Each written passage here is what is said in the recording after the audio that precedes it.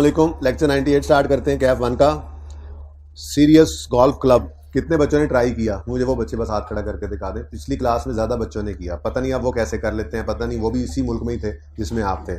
ठीक है, लेम एक्सक्यूजेज मत दिया करें। आप लोगों के सामने एक ज़िंदगी में टारगेट पड़ा हुआ है। जिसके सामने टारगेट होता है वो ऐसे लोग भी हमने देखे जो मोटरसाइकिल को ऑन करके उसकी बत्ती पे भी पढ़ लिया करते थे हमारे ज़माने में। ठीक है, एक्सक्यूजेज उस वक्त के हिसाब से वो भी ऐसा ही होगा मुश्किल। ठीक है, आप लोगों को अपने आप को थोड़ा सा स्केड्यूल रखना होता है, पढ़ना होता है। ये तो फर्म के अंदर आप जब 9 से 5 काम करोगे तो कहोगे हमने तो काम कर लिया, हालांकि उसके बाद रात को 2 बजे भी छुट्टी करके फर्म से आना होता है, तो पढ़ना होता है अगर आपने क्वालिफाई करना है तो। ये एटीट्यूड वाला बच्चा तो 100 वहाँ पे भी मामला घड़ लेगा अपने लिए। ठीक है, तो ये क्वेश्चन बहरहाल जिसने ट्राई किया या नहीं किया, पिछली क्लास में मैंने कहा ये सोल्यूशन मैंने परसों आपके लिए बनाया था, कबूल है? उन्होंने कहा नहीं कबूल, तो फिर मैंने ये सवाल करवा दिया। ठीक है जी।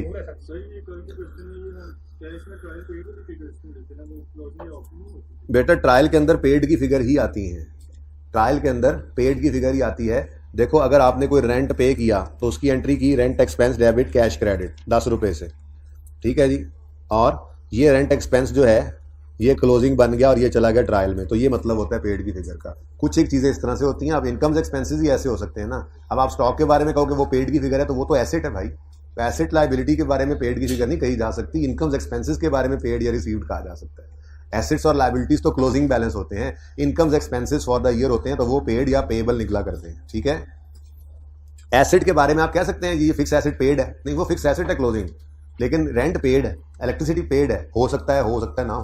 यहाँ पे तो ये सेम है ना फिगर्स, तो यहाँ पे लेकिन क्लोजिंग तो 1.486 बेटा रेंट एक्सपेंस में क्लोजिंग 1.4 का मतलब 1.4 आपने पिछली बात अब उठा ली है, कहाँ है?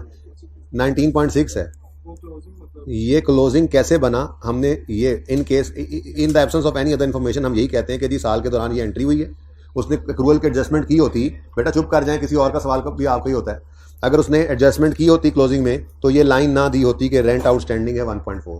ठीक है, ये एडजस्टमेंट हुई होती तो फिर ये क्लोजिंग एडजस्टमेंट में ना होता, बल्कि ट्रायल के अंदर ये काम हो चुका होता। ये आउटस्टैंडिंग कितना 1.4, तो एक्सपेंस कितना है 21।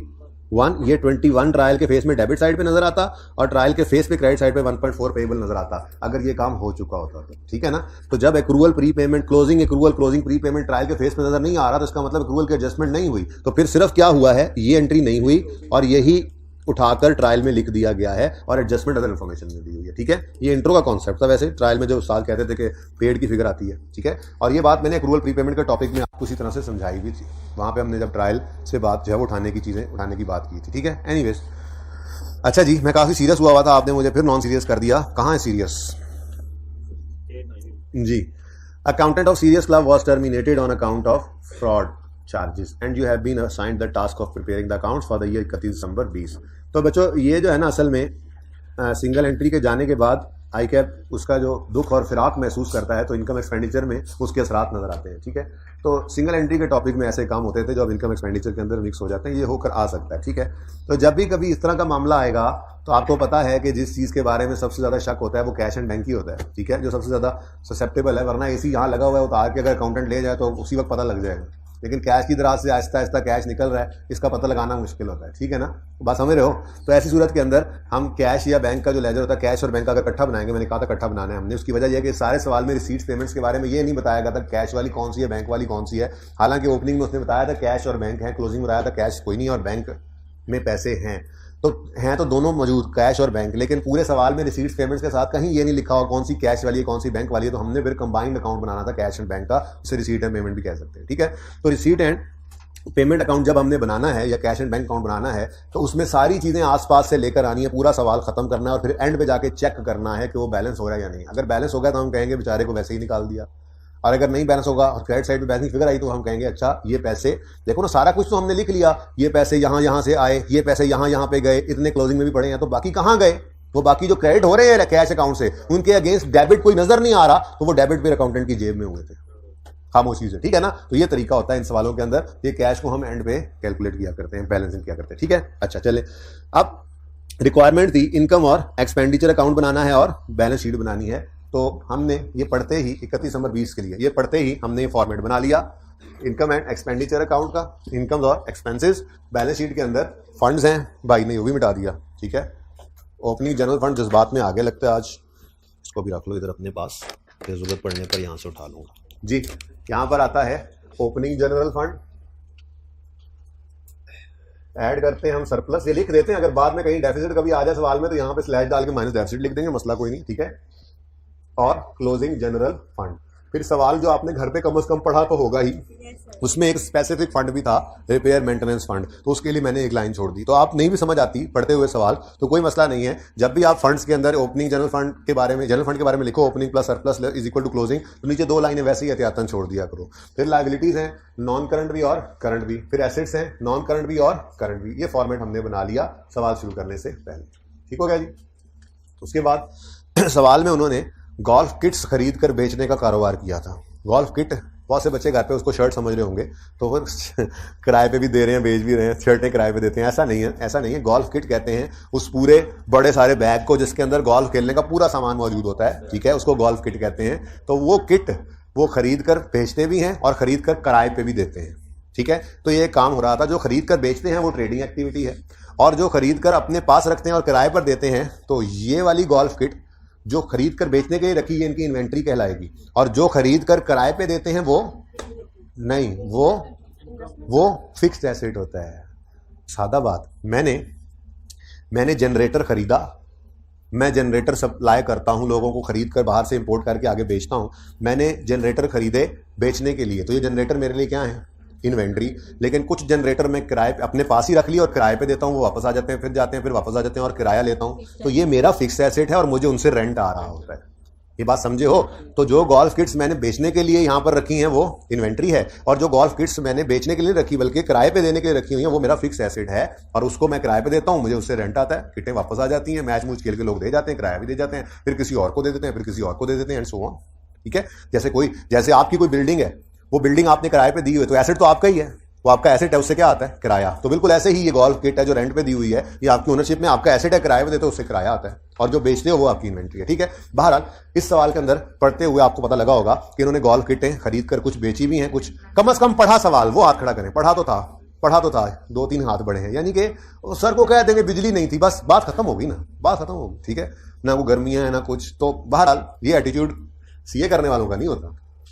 अब आप देख लें, अभी चले, ये टेस्टर सही अल्लाह की तरफ से आया था, अभी तौबा कर लें और आइंदा के लिए इरादा कर लें कि ऐसी कोई चीज़ से हमने नहीं रुकना, जो काम करना है वो करना है, ओके। एटीट्यूड बदलें। अच्छा जी, तो ये फॉर्मेट हमने बना लिया, और इस फॉर्मेट में भाई मुझे फॉलो नहीं करना, ठीक है ना आमिर भाई। अच्छा, इसमें ट्रेडिंग एक्टिविटी सिर्फ बना लेनी है, बाकी ज़रूरत के हिसाब से बनने, ये पिछली क्लास के बने हुए मैंने सिर्फ मिटाने नहीं दिए ताकि थोड़ा सा टाइम बच जाए, ठीक है। सवाल को शुरू करते हैं करना। पूरे सवाल में कहीं ओपनिंग क्लोजिंग गिवन नहीं, तो ओपनिंग क्लोजिंग आ जाए ना तो बड़ी सहूलत हो जाती है, लेकिन हम तो अब मुश्किल से मुश्किल सवाल भी कर रहे हैं। सिंगल एंट्री के सवालों की ऐसी ही अप्रोच हुआ करती थी, ठीक है। तो अकाउंटेंट को टर्मिनेट कर दिया है, और यू हैव बीन असाइंड, आप लोगों को जिन्होंने कुछ किया ही नहीं, अब क्या पैसे मिलने हैं आपको अगले दिन, आपको इस असाइनमेंट के, अगर आपको मिली है तो आपको काम मिला था, आपने काम नहीं किया, तो देख लो, you were assigned yesterday to prepare accounts for the year 31 December 20, but बिजली नहीं थी तो आपने काम नहीं किया, ठीक है। रोटी नहीं खाई कल, बिजली नहीं थी, रोटी नहीं खाई, पानी नहीं पिया, नींद नहीं की, ऐसा कुछ नहीं है, सब कुछ हुआ, सिर्फ पढ़ाई नहीं हुई, सिर्फ काम नहीं हुआ, ठीक है। The management of CGC has given you the following information. Point 1, cash and bank balances on 1 January 20 साल के पहले दिन amounted to 0.5 and 2 million respectively. Cash 0.5 था, बैंक 2 million था। However at 31 December there was no cash and 4.2 million was in the bank. तो point 1 में सिर्फ opening closing cash का गिवन है, एज इट इज लिख देते हैं कैश और बैंक का। मैंने आपको पहले ही बता दिया था कल जाते हुए सवाल को थोड़ा ऐसे गो थ्रू करते हुए कि रिसीट पेमेंट्स तो बहुत सारी गिवन है, लेकिन रिसीट पेमेंट्स कैश वाली हैं या बैंक वाली, ये नहीं बताया हुआ, तो फिर हम कैश और बैंक का इकट्ठा अकाउंट बना लेंगे। तो कैश एंड बैंक, ठीक है जी, cash and bank account, okay. Opening इकट्ठा करके 0.5 + 2, यहां पे ऐसे लिख लेता हूं, लेकिन सवाल मैंने थाउजेंड में किया, ठीक है ना, तो ये बन गया 2.5 यानी 2500। थाउजेंड में सवाल करेंगे, ये सिर्फ मैंने लिखकर बता दिया, ये दोनों को ऐड कर लिया मैंने, ठीक है। और क्लोजिंग 4.2 है यानी 4200, डन जी। चले, पॉइंट 1 इज ओवर। जो 2 पॉइंट में मसला था ना, बल्कि 2 में भी नहीं, मैं कहूंगा थोड़ा सा सोच विचार कर लें तो पॉइंट नंबर 5 में ही थोड़ा सा मसला निकलता था, बाकी सारे पॉइंट्स में पहले करूंगा, उसको एंड पे करूंगा, और यही तरीका आपको सिखाया हुआ है। और सवाल इस तरीके से भी इसीलिए करूंगा कि सवाल में एक आधी एडजस्टमेंट ऐसी आ जाती होती है, परेशान नहीं होते, जो आता है काम वो करना है, उसमें गुंजाइश नहीं रखनी, ठीक है बच्चों। चलो शुरू करते हैं। पॉइंट 1 हो गया। Point 2 subscription. Members are required to pay 3 years subscription in advance upon admission renewal. मतलब कि 3 साल के पैसे ले लेते हैं, 3 साल बाद फिर जब वो आते हैं तो हम कहते हैं चलो जी अब मेंबरशिप रिन्यू कराओ, 3 साल के फिर पैसे दो, ये लिखा हुआ है। तो आज भी हम क्या कर रहे हैं, जब भी मेंबर आते हैं उनसे 3 साल के पैसे ले लेते हैं और हर 3 साल बाद फिर उनको आने पर ये कहते हैं अगले 3 साल के पैसे, यानी एडवांस में पैसे लेते हैं। ठीक है। Full year subscription is charge from members joining during the year. जिंदगी फिर आसान कर दी उन्होंने कि जिस दिन मर्जी आए साल के दौरान हमने उस साल की सब्सक्रिप्शन उससे पूरी की पूरी लेनी। और ठीक है। अच्छा, number of subscriptions received are as under. ये पैसे आए हैं तो ये सारे पैसे 2020 में हम खड़े हैं ना, 2020 में खड़े, तो ये सारे पैसे 2020 में आए हैं। रिसीव्ड ऐसे नहीं लिखा उन्होंने number of subscription received in 2020, उन्होंने कहा नंबर ऑफ सब्सक्रिप्शन रिसीव्ड 18 में, 19 में और 20 में अलग अलग। ठीक है। अच्छा, ईयर गिवन है, नंबर ऑफ मेंबरशिप्स गिवन है और 3 year सब्सक्रिप्शन पर मेंबर। ये 60,000 रुपया 2018 के अंदर एक साल की सब्सक्रिप्शन नहीं है, यानी एक साल की 20 रही होगी, यहां पे एक साल की 25 रही होगी, यहां पे एक साल की 30 हुई है, बढ़ रही है। ठीक है ना। तो ये 3 साल की इकट्ठी गिवन है। अच्छा, अब 2020 के अंदर तो सिर्फ 160, मैंने अगली बातें भी नहीं पढ़ी, जिन्होंने पढ़ा हुआ सवाल उनको पता होगा आगे कुछ बातें हैं। बहरहाल 2020 के अंदर 160 मेंबरान का पैसा आना है, बोलो। यानी हमारे कैश एंड बैंक में जो डेबिट होना है वो सिर्फ ये वाला कैश होना है। तो फिर ये क्यों दिया होगा भाई? ओपनिंग क्लोजिंग एडवांस भी ऐसे ही निकलने थे। अगर आपने 18 में खड़े होकर 3 साल के पैसे लिए थे तो 18 की सर्विस 18 में दे दी, 19 की सर्विस 19 में दे दी। अब 20 में खड़े हो तो 19 के एंड पे 1 साल आपने इनको सर्विस देनी थी। जो 31 दिसंबर 19 का क्लोजिंग बनता था, 31 दिसंबर 19 तक इनको 2 साल की सर्विस 18 19 की दे चुके थे, 1 साल की बाकी थी ना। ये 31 दिसंबर 19 का क्लोजिंग एडवांस था, हमारा साल 20 है ओपनिंग एडवांस। फिर 19 वालों को सिर्फ 19 के साल की आपने 31 दिसंबर 19 तक सर्विस दी हुई थी, इनके 2 साल की सर्विस क्लोजिंग एडवांस थी 31 दिसंबर 19 में, जो हमारे साल को ओपनिंग एडवांस बनेगी। ठीक है, ये तो हो गया ओपनिंग एडवांस। फिर इस साल में ये रिसीव कर लिया हमने। अब इस साल के एंड पर ये तो फारिग हो गए, 18 19 20 के एंड पर इनके 3 साल पूरे हो गए, लेकिन इनका भी एक रहता होगा। तो इनका 1 साल क्लोजिंग एडवांस, इनका 2 साल क्लोजिंग एडवांस। तो इसका 1 साल ओपनिंग, इसका 2 साल ओपनिंग एडवांस, और फिर ये गया इसका 1 साल क्लोजिंग और इसका 2 साल क्लोजिंग एडवांस। तो ठीक है, ये बात समझ आई है, हो जाएगा ना ये काम। अच्छा, अब आगे पढ़ते हैं। आगे कहता है वैसे तो हमारी तरतीब क्या है, जो भी आता है उससे पहले 3 साल के पैसे एडवांस लेते हैं, उसके बाद फिर अगली बात होती है। लेकिन कोई हमारे ट्रस्टी साहब एक थे, उनके बड़े भाई थे, उनके कुछ दोस्त भी थे, तो हमने स्पेशल परमिशन पे 2020 में 10 मेंबर्स को अवार्ड की membership on special permission, but they had not paid subscription till year. बात समझ आई? 2020 में 10 मेंबर्स को मेंबरशिप अवार्ड की स्पेशल परमिशन पर। देखा स्पेशल परमिशन का यही होता है। बात समझ आई है? 10 बंदों को स्पेशल परमिशन पे सब्सक्रिप्शन दे दी, पैसे नहीं लिए, और ईयर एंड हो गया, अभी तक भी उन्होंने पैसे नहीं लिए। तो ये क्लोजिंग डेट पर फिर क्या होगा? देखो ना, हमने मेंबरशिप दे दी, मतलब 20 में सर्विस दे ली, इन 10 बंदों ने अभी तक पैसे नहीं दिए, तो क्लोजिंग में यहां पे क्या निकल रहा है? रिसीवेबल। तो ओपनिंग एडवांस क्लोजिंग एडवांस यहां से निकल रहा था, ओपनिंग रिसीवेबल कोई नहीं है, रवाज ही नहीं था, सिर्फ इस साल में एक स्पेशल केस आया, तो ये अभी तक क्लोजिंग में रिसीवेबल है। लेकिन साथ ही अगली लाइन आई और उसने पैरट्स उड़ा दिए। हमने जैसे ही ये बात हमें पता चली, पैरट्स तो उसी वक्त उड़े, तभी तो फिर टेंशन शुरू हुई। आफ्टर ईयर एंड, मतलब साल एंड होने के बाद जब हम फाइनेंशियल स्टेटमेंट्स बनाने बैठे, ये जब इंफॉर्मेशन लेके मैनेजमेंट आपको दे रही थी, तो मैनेजमेंट को पता चला, 5 मोर मेंबर्स ने बताया, 5 मोर members informed that they had paid the 3 year subscription amount in 20। इन्होंने भी पे किया है। It was found out that amount was miss appropriated by the accountant. यहीं से तो पैरट्स उड़े थे, तोते उड़े थे। हमने कहा तोड़ा पल्ला हो जाए, यानी कि 160 का रिसीव हुआ है, लेकिन दरअसल दिए थे पैसे 165 ने। ठीक है, तो 160 नहीं, फिर 165 के बारे में हम ये चीज कहेंगे, इसको +5 करना चाहिए। अब आप कहोगे सर इन 5 का तो पैसा रिसीव ही नहीं हुआ। भाई उन्होंने तो दे दिए पैसे।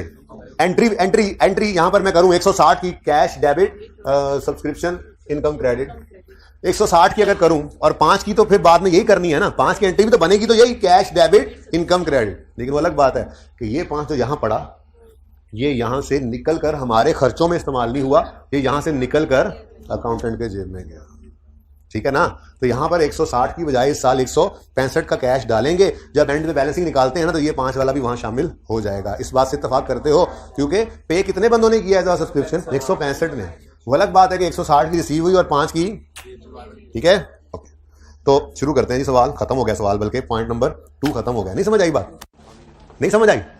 तुमने कहा नहीं समझ, तुमने कहा नहीं समझ आ गई है। नहीं समझ आ गई है या समझ आ गई है? समझ आ गई है, ओके। लग समझ जाएगी आगे जाके। अच्छा, ये भाई मुफ्त के नंबर हो गया। थोड़ा सा इसको 2 बार पढ़ना था, तीसरी बार इसने आपको घुटने टेक देने थे आपके सामने और कहना था हाँ ठीक है ये लो मेरे नंबर। ऐसे नंबर जैसे वो गेम खेलते हैं ना, वो फाइट हो रही है, फाइट एकदम से वो अगला भाई मरता है और आगे से सिक्के निकल आते हैं। ये ऐसे ही होती है एडजस्टमेंट। एक बार पढ़ा, 2 बार पढ़ा, तीसरी बार पढ़ा तो ऐसे वो एडजस्टमेंट मर जाती है और ऐसे नंबर निकल आते हैं। चलो शुरू करते हैं जी। तो सबसे पहले तो 2020 का कैश रिकॉर्ड करते हैं, लेकिन 165 के साथ। ठीक है, cash debit subscription income credit. ठीक है, सब्सक्रिप्शन इनकम में 165 इंटू 90 जी कितना? 14850 से इधर देखो, cash debit subscription income credit. Cash है बैंक से, इधर लिख लो, मिलके इधर की बजाय ना इधर जगह तंग है, आगे भी चीजें आएंगी, यहां पे लिख लेते हैं हम जी। 165 इंटू 90 जी। कहीं एक तरफ वर्किंग शो करनी होती है ना, जहां कर दी। ठीक है, अब कैश एंड बैंक डेबिट और सब्सक्रिप्शन इनकम क्रेडिट। ठीक हो गया?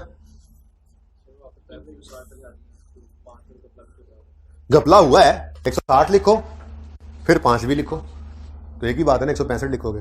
और इधर पैसे तो भाई उसने जो हाथ फेरा है पैसों पे, उनमें ये ओपनिंग भी शामिल था, उनमें ये सब्सक्रिप्शन भी थी, कोई सेल भी आई होगी, कोई और कैश भी आया होगा और कुछ खर्चे भी हुए होंगे और बीच में उसने भी कुछ पैसे में हाथ मारा हुआ है। तो हम तो कैश अकाउंट पूरा बना रहे हैं। ठीक है, एंड पे फिगर निकल आएगी बैलेंसिंग। ओके, अच्छा जी। अब आसान वाला काम क्या है?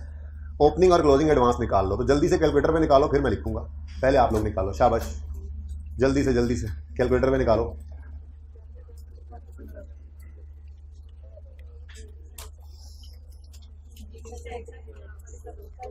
ओपनिंग एडवांस पहले निकालना चाहोगे या क्लोजिंग? ओपनिंग। 18 का 100 इंटू 60 इंटू 1/3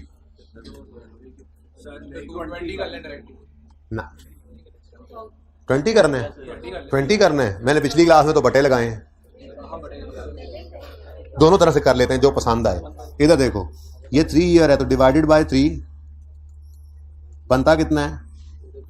ये 20,000 पर ईयर, ये 25,000 पर ईयर और ये 30,000 पर ईयर। तो ये 3 साल का है। अगर आप करें 100 इंटू 60 तो ये 3 साल का है, डिवाइडेड बाय 3 इंटू 1 कर लें, ये आपकी मर्जी है। या आप यूं कहें 18 में जो पैसे आए थे वो 18 और 19 के हो गए, 19 के एंड पे 1 साल का पेबल है। ठीक है, तो मैं तो बटे लगाना चाहूंगा ताकि मैं ये बताऊं 3 साल के पैसे लेते हैं। ठीक है ना, थोड़ा सा ये बताना चाह रहा हूं।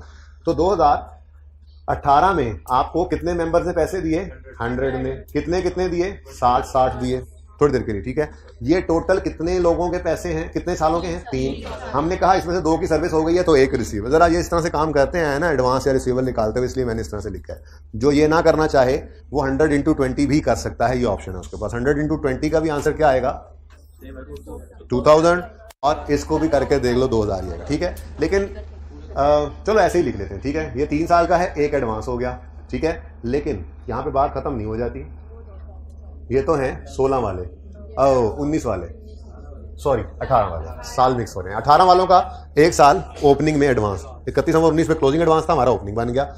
19 वालों के क्लोजिंग डेट पर 31 नवंबर 19 या हमारे साल का ओपनिंग 19 वालों का 1 साल गुजर चुका है, 2 साल एडवांस है। तो 140 इंटू 75, तो 140 इंटू 75, ये भी 3 साल के हमने पैसे लिए हैं और 2 साल इसमें से एडवांस है। 31 दिसंबर 19 या यकम जनवरी 20 पर। कितना आंसर आता है? 7,000। Okay, 9,000 total. अच्छा सुने, आप सुने, जिस बच्चे ने इस तरह नहीं करना उसने क्या किया होगा? 100 इंटू 20 प्लस 140 इंटू 25 इंटू 2, तो वो ज्यादा कंफ्यूजिंग सा हो रहा है, ये जरा मुझे ज्यादा इजी लग रहा है। ठीक है ना, बहुत सिंपल, आपकी मर्जी है, मैंने ऑप्शन दिया आपको। ठीक है, ये क्या है जी कि इतने साल के पैसे बनते थे, 1 साल एडवांस, इतने के बनते थे 2 साल एडवांस। ठीक हो गया जी? बोलो। ब्रॉड डाउन 3.1 में 9,000। ठीक हो गया? ठीक है, ऐसे ही क्लोजिंग एडवांस भी निकाल लेते हैं। क्लोजिंग एडवांस, अब क्लोजिंग एडवांस में इसका अभी भी 1 साल पड़ा होगा, इसका ये तो गया, ये तो 1 साल एडवांस था ओपनिंग में, ये खत्म हो गया। इसके 2 साल ओपनिंग में एडवांस थे, 1 इनकम होगी तो 1 रह गया। ठीक है, और नए वाले फिर आ गए। ठीक है, तो पहले पुराने वालों को लिख लेते हैं। थोड़ा सा स्मार्ट करके लिख दें इसको, नीचे जगह तंग हो रही है जी। कितना था ज़रा बताना, 100 इंटू 60 डिवाइडेड बाय 3 इंटू 1, ठीक है जी। उसके बाद प्लस 140 इंटू 75, ये 3 साल के पैसे थे, इंटू 2 साल एडवांस, तो 9000 आ गया टोटल, ठीक है जी। अगले बार क्लोजिंग आ गया, ये तो फारिग 1 साल एडवांस तक गया, इधर से 2 रहते थे तो एक अभी भी है। 140 इंटू 75, ये 3 साल के पैसे थे, इसमें से अभी भी 1 साल का एडवांस। और अब आते हैं अपने साल की तरफ, 160 जमा 5 165, ठीक है। देखो जिन 5 लोगों ने पैसे दे दिए हैं ना और वो अकाउंटेंट ने रख लिए हैं, उनके पास उसका प्रूफ होगा, हमें सर्विस उनको देनी पड़ेगी, फ्रॉड हमारे साथ हुआ है, उनको हमने कोई नहीं नुकसान पहुंचाना होता, ठीक है। उन्होंने कहा जी आपने ये चिट रखी हुई थी कि ये आपके पास होनी चाहिए जब पेमेंट करें, हमारे पास है, हमारे पास पेमेंट का प्रूफ है, आपको पैसे अगर नहीं मिले तो आपका कसूर है, इसलिए 165 के हिसाब से ही चल रहे हैं। सारे पैसे यहाँ फेंक देंगे तो फ्रॉड वालों में ये भी शामिल हो गए ना खुद ब खुद, ठीक है। अच्छा, ये 165 लोगों के पैसे यहाँ पे फेंके हुए हमने, ठीक है जी। तो 165 लोगों ने 90 रुपीज दिए। अब ये भी 3-3 साल के थे, लेकिन 20 के साल में 1 साल सर्विस हमने दे लिया, 20 में रिसीव किए, 1 साल सर्विस दे ली, तो अगले 2 साल एडवांस जी। 13,400 ये आ गया हमारे पास क्लोजिंग वर्किंग 3.2, 13,400, ठीक है जी। मैं तो कहता हूँ ब्लू मार्कर दो यार, इसको भुगता ही देते हैं फिर, ठीक है जी। हाँ, सॉरी मैं भूल गया। During these 10 members were awarded special membership permission, but they had not paid. They had not paid. तो यहाँ पे आप बेशक रिसीवेबल ऐसे निकाल लो कि जी 10 लोग थे, उन्होंने नहीं दिया 20 की सर्विस के अगेंस्ट पैसा, तो अब सिर्फ 1 महीना यहाँ पे कर सकते हो। ये जो बटे लगा के मैंने निकाले थे ना, तो 30 पर ईयर यहाँ पे यूज कर लो, ये यहाँ पे ज्यादा सिंपल लगता है, ठीक है ना। आप पूरे 3 साल जब रिसीवेबल बुक करना है ना, तो रिसीवेबल तो तब होता है जब हम सर्विस दे चुके हैं, अभी पैसे नहीं आए, तो सर्विस तो 20 की दी है ना इनको, तो 1 ही साल का रिसीवेबल था, तो यहाँ पे आप बेशक ऐसे लिख लो इंटू 30, ये ज्यादा ईजी है जी। 300, ठीक हो गया जी, डन, सही है जी बेटा। नहीं बेटा नहीं, वो रिसीव्ड है, इन्होंने पैसे दिए ही नहीं है, ठीक है। पहली बात हमने कहा रिसीव्ड 160 हैं, उन्होंने कहा नहीं 5 और भी हैं, लेकिन वो भी रिसीव्ड थे, वो अलग बात है कि मिस अप्रोप्रिएट हो गए। तो 165 लोगों से पैसे आए हैं, इन 10 ने दिए होते तो ये अनपेड होते, रिसीवेबल क्यों होते फिर, ठीक है, नहीं है उसमें शामिल, ओके।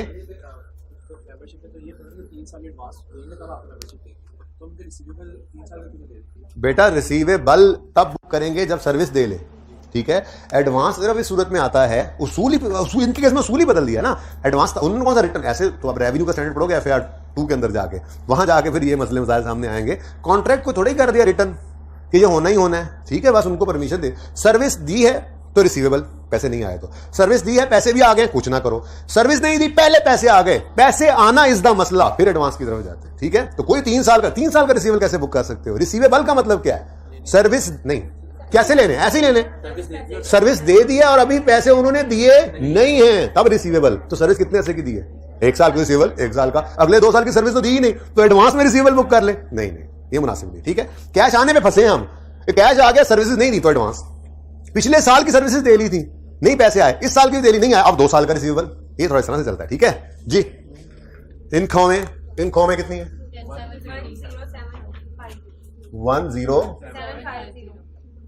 10750, ये कहां जाएगा?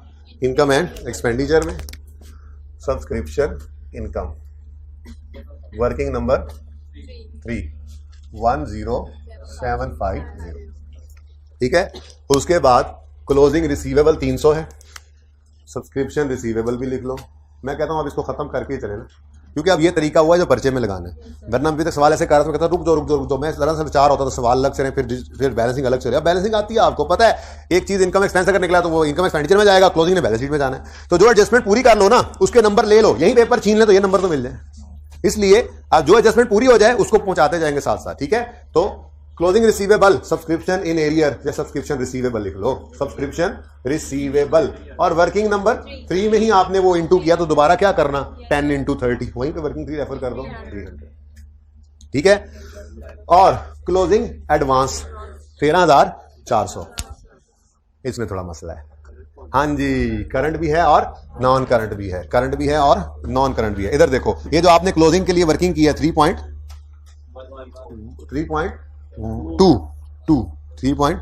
की बात कर रहा हूं, दोनों ही लिख लेते हैं। 3.2 में से क्या लिखा हुआ है? 3.2 में जरा बताओ क्या लिखा हुआ है, और बोलो ना क्या लिखा हुआ है? 140 इंटू 75 डिवाइडेड बाय 3 इंटू 1, ठीक है। और दूसरा क्या लिखा हुआ है जी? 165 इंटू डिवाइडेड बाय, उधर जगह नहीं बची इसलिए मैं यहां पे ले आया, ठीक है। अच्छा, अब ये जो एक साल है, ओहो, ये जो एक साल है ये कौन सा है? ये क्लोजिंग एडवांस है ना, क्लोजिंग एडवांस लिखा है ना, ये क्लोजिंग 31 दिसंबर 20 पे खड़े होकर ये एक साल कौन सा है?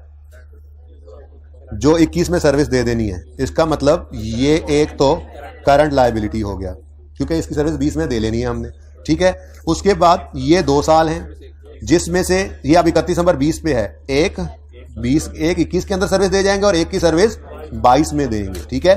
तो ये कितना बनता है वैसे, बाय द वे, वैसे ना 140 इंटू 75 डिवाइड बाय 3 इंटू 1, 3500, ठीक है, 3500 ये बन गया। वैसे ऐसे करना नहीं है। और अगला 111, ये एक साल लेना है। 165 इंटू 90 डिवाइड बाय 3 इंटू 1 और 4950, ठीक है ना, ये दोनों आ गए, ऐसे ही है। अच्छा, अब देखो आज तक तो ये करते आए कि वैसे दोनों निकल सकते हैं। टोटल कितना है? इसका टोटल कितना है? 13,400। इसमें से 4950 नॉन करंट है और बाकी सारा करंट है ना। अब आज तक यूं करते थे कि पहले करंट निकालते थे कि जी वो आसान है तो नॉन करंट बैलेंसिंग, लेकिन वैसे भी निकल सकता है, ठीक है। लेकिन आज देखो तो अगर करंट निकालना है तो 2 कैलकुलेशन करनी पड़ेंगी। 140 into 75 divide by 3 into 1, 165 into 90 divide by 3 into 1, ये करंट और बाकी नॉन करंट। तो आसान क्या लग रहा है? नॉन करंट पहले निकालना है, ठीक है। तो नॉन करंट और करंट को बाइफरकेट करना है। टोटल है 13,400। मैं आया इधर और मैंने यहां पे आकर लिखा सब्सक्रिप्शन इन एडवांस, और मैंने पकड़ा इस वर्किंग को। देखो ये तो एक साल क्लोजिंग एडवांस यही पड़ा है ना, ये 13,400 ऐसे निकला है ना। ये एक साल का एडवांस है, मतलब अगले एक साल में इनकम बन जाना है। ये 2 साल का है जिसमें से एक साल अगले में इनकम बनना है, एक साल में नहीं बनना। तो फिर इस फ्रैक्शन में से एक मैं नॉन करंट बना लो तो ये आसान है, ठीक है। यहां पे मैंने आकर लिखा उसी तरह से 165 इंटू 90, ये तो 3 साल के पैसे हैं। इसमें से एक साल वो 22 में जाकर होना है इनकम में ट्रांसफर। हम 20 के एंड पे खड़े हैं तो 21 में भी ये इनकम नहीं बनना। कितना? 49, ये 4950 इधर आ गया। तो बाकी सब्सक्रिप्शन इन एडवांस आपने करंट में डाल देनी है और यूं लिखोगे जी 13,400 टोटल था, 4950 करंट में, नॉन करंट में तो बाकी, तो जैसे मर्जी निकाल लो, दोनों को अलग अलग करना था बस, ठीक है। ओके, ठीक है बच्चों। इसके साथ आप लिख सकते हो ये वर्किंग नंबर 3.2 से निकाला है आपने, ठीक है। मतलब 13,400 3.2 से निकला है ना। 13,400 में से मैंने माइनस किया ना, ये तो मैंने वैसे ही वर्किंग करके दिखा दिया, ठीक है। ये जी सब्सक्रिप्शन की नंबर सारे ही पूरे हो गए, 1 2 3 4 नंबर। अगर एक नंबर की एक एडजस्टमेंट तो 4 नंबर आ गए, ठीक है। तो सिर्फ वही एडजस्टमेंट थोड़ी थी।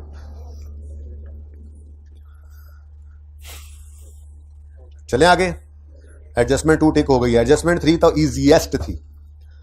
GC had received a donation of 8 million in 19-20 में खड़े हैं, पुरानी बात है।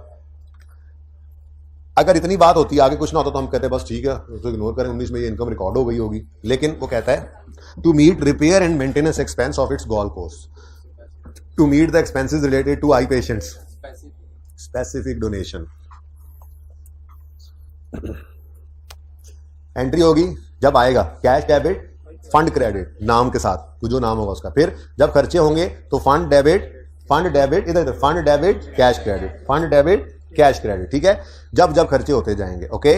अब यही वाला फंड था यहां पर। रिसीव किया ना डोनेशन, रिसीव तो उन्होंने 19 में किया है। इसका मतलब अगर मैं लेजर बनाऊं तो 2019 में मैं इसका नाम रखूंगा रिपेयर एंड मेंटेनेंस फंड, ऐसा ही है। तो 1 जनवरी 19 पर तो कुछ भी नहीं था ब्रॉट डाउन, ठीक है। फिर 19 में पता नहीं कब आए पैसे, कितने आए? 8 मिलियन, 8,000 लिखूंगा ना। फिर 19 के साल में आपने कुछ एक्सपेंस कर दिया, तो भाई जब आया तो एंट्री की हमने कैश डेबिट फंड क्रेडिट, जब जाएगा तब भी यही एंट्री करेंगे फंड डेबिट आगे देखो, out of total donation club has spend 2.2 million in 19 and 2.8 million in 20। तो 19 में कितना खर्च कर दिया? 2200। तो ये 2200 फिर कैश में डेबिट हो गया। यानी इसके बारे में आपको ये बताया था कि इसका ना आना इनकम में जाता है ना इसका जाना एक्सपेंस में जाता है, बस बारों बार इसका हिसाब किताब चलाते हैं। ठीक है, तो क्लोजिंग कितना आता है जी? लेकिन ये तो था 19। ठीक है, हमारी कहानी तो इससे आगे शुरू होनी थी, यहां से 1 जनवरी 20 पर ब्रॉड डाउन 58। लेकिन बच्चों ये नहीं करने बैठ जाना पर्चे में अब ये लेजर बनाओ, पागल थोड़ा ही हो, कितना टाइम लगाओगे?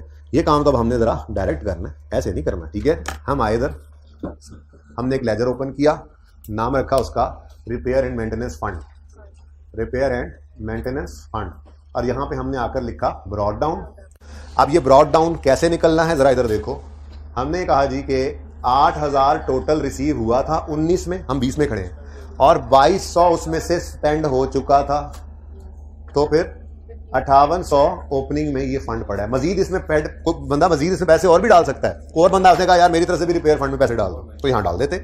आज मेहताब वाला सवाल होगा ना, उसमें ऐसे ही होगा, फंड में मजीद पैसे डाल सकते थे। ठीक है, लेकिन हमारे सवाल नहीं डाले, बल्कि वो कह रहा है 20 के अंदर मजीद रिपेयर हमने करवाई इस फंड को यूज करते हुए। वो कितनी है जी? वो कितनी है भाई? वो है जी 2.8 मिलियन, यानी 2800 रुपए। 20 के अंदर 2800 रुपए खर्च हुए, उसकी एंट्री बन गई research and maintenance fund debit cash credit. ठीक है जी, रिसर्च कह रहा हूं, रिपेयर एंड मेंटेनेंस फंड। ठीक है जी, आप कहोगे ये पैसे निकल रहे हैं, इधर आ नहीं रहे, आए थे पिछले साल, वो इसमें फिर पड़े होंगे ना क्लोजिंग में, वो डेबिट्स क्रेडिट्स के बाद। ठीक है, आए तो पिछले साल थे, यूज अब होते रहेंगे, जब तक होते रहेंगे तो बैंक से क्रेडिट करते रहेंगे इनको। ठीक है, ओके। अब जी ये है कैश एंड बैंक। लो जी, इस लेजर की कहानी भी खत्म हो गई, इसका भी क्लोजिंग 3000, जी हाँ ये भी निकल आया। तो इसका ये 3000 जो है ये चला जाएगा यहाँ पे लाइबिलिटी से ऊपर बेटा, research and repair and maintenance fund working number 4। Research असल में ना मेरे दिमाग में वो अगला सवाल हुआ, मेहताब वाले सवाल में ना रिसर्च फंड है, तो जब मैं वो सवाल देने में लाया ना कि ये वहां पे ऐसे हो रहा है, तो मेरे देने में बार बार रिसर्च आ रहा है, तो होमवर्क में है सवाल, होमवर्क में। ठीक है, और अब वो 7 एग्जेक्टिव वाला वो तो अब आप कर ही डालेंगे आज तो आपने उसको उड़ा के रख देना, क्योंकि आपने उससे बहुत एडवांस सवाल आप कर चुके हैं, तो उसको ट्राई करना है आपने। ओके, अच्छा जी, किधर था मैं? यहां था मैं जी। कितना? 3000 जी, बिल्कुल फंड में लिखेंगे। ठीक है, बस एक बिल्डिंग फंड है, जब बिल्डिंग कंप्लीट हो जाए तो उसको उठा के इधर ले आएंगे, लाइबिलिटी में और अमोर्टाइज करने लग जाएंगे। ठीक है ना, लेकिन वहां भी पड़ा रहे तो काम चलेगा, कोई इतनी बड़ी गलती नहीं है, खैर इतनी बड़ी गलती भी नहीं है। ठीक है, लेकिन थोड़ा बहुत भारत रिस्ट्रिक्शन जब खत्म हो जाए ना, जब रिस्ट्रिक्शन क्या थी, बिल्डिंग बनाओ, जब बन जाए तो बस फिर वो रिस्ट्रिक्शन खत्म, अनरिस्ट्रिक्टेड हो गया, उसको अब बेसिक लाइबिलिटी कह लो, नॉन करंट बाइफरकेट करना है, करते रहो। ठीक है, ओके, वो भी देखेंगे इंशाल्लाह। अच्छा जी, ले जी, पॉइंट नंबर 3 हो गया। पॉइंट 4 और 5 एंड पे भी पढ़ के काम चल जाना है। मैं पॉइंट 6 के रिसीट्स पेमेंट्स को पहले पोस्ट करना चाहूंगा, ये नंबर तो ले लें हम। ठीक है, तो sum of the receipts payments during the year were as follows. बेटा ये रिसीट्स भी इसमें हैं और पेमेंट्स भी हैं। ठीक है, जैसे रेंट ऑफ गोल्फ किट्स हैं, ये पेमेंट्स होंगी, पेमेंट्स नहीं होंगी। हम गोल्फ किट किराए पे देते हैं तो फिर किराया नहीं देते, अच्छा, तो ये इनकम है। गोल्फ किट्स परचेजेस, ये हम पेमेंट कर रहे होंगे, लेकिन ये पेमेंट है, ये परचेजेस नहीं है, और ये वही वसूल लग रहा है। ये रिसीट पेमेंट बना रहे हैं ना, ये फिगर ने रिसीट पेमेंट में ही जाना है ना, तो रिसीट पेमेंट की पेमेंट साइड जब लिखेंगे तो फौरन हम क्या कहेंगे, ये तो पेमेंट टू क्रेडिटर है, परचेज है ही नहीं है। और ऊपर उसने बता भी दिया है कि परचेज जो की है टोटल, उसका 20% अभी अनपेड है इस साल में, तो फिर ये पेड में तो नहीं ना पड़ा हुआ। देखते हैं वो फिलहाल तो चलने दो। एनुअल इंश्योरेंस जो है, साल पूरे की इंश्योरेंस है, अप्रैल 21 तक, मतलब 31 दिसंबर 20 तक साल खत्म हो गया है, तो फिर आगे 4 महीने क्लोजिंग में प्रीपेड। ठीक है, सैलरीज 2800 है, 2.8 मिलियन, लेकिन इसमें 19 का भी पेमेंट में 19 की पेमेंट पड़ी है, तो मतलब क्या है, पेमेंट है 20 की, इसमें 19 की पेमेंट भी पड़ी है, फिर 19 के साल का पेएबल होगा, जो 19 में किसी वजह से पे नहीं हो सका होगा, तो ओपनिंग पेएबल था, इस साल पे हो गया।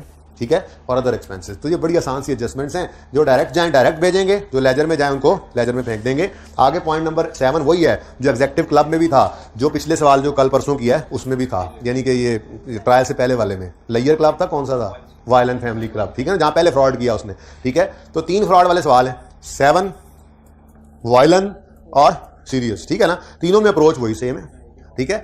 अब ये पॉइंट उसी वक्त देखेंगे, जितना लॉस हुआ उसमें से 2 मिलियन इंश्योरेंस वालों से रिसीवेबल बुक कर लेंगे, बाकी लॉस ले लेंगे, ठीक है। और आखिरी पॉइंट में फिक्स एसेट की डेप्रिसिएशन है। तो फिर ये पांचों चीजें हम पोस्ट कर लेते हैं, रह जाएंगे सिर्फ ये 2 पॉइंट्स, जिनमें से ये इंशाल्लाह 5 मिनट समझ आ जाएगा, फिर बेशक जितनी देर मर्जी लगाओ, जब तक समझ नहीं आएगा। मैं स्लो कर रहा हूँ सवाल इसीलिए, ठीक है। ये तो काम आसान है। अब रेंट ऑफ गोल्फ किट्स, कोई लेजर, कोई रिसीवेबल, कोई पेएबल, कोई मतलब पेएबल नहीं, एडवांस, कोई ऐसी बात नहीं है, तो सिंपल ये डायरेक्ट चला जाएगा इनकम में। अब लेकिन रिसीट पेमेंट नहीं बना हुआ, आज बना नहीं हुआ तो बना रहे हैं, तो फिर डबल एंट्री करेंगे इसकी डबल एंट्री होगी कैश एंड बैंक डेबिट। कितने से बेटा? 650 से कैश एंड बैंक डेबिट और इनकम क्रेडिट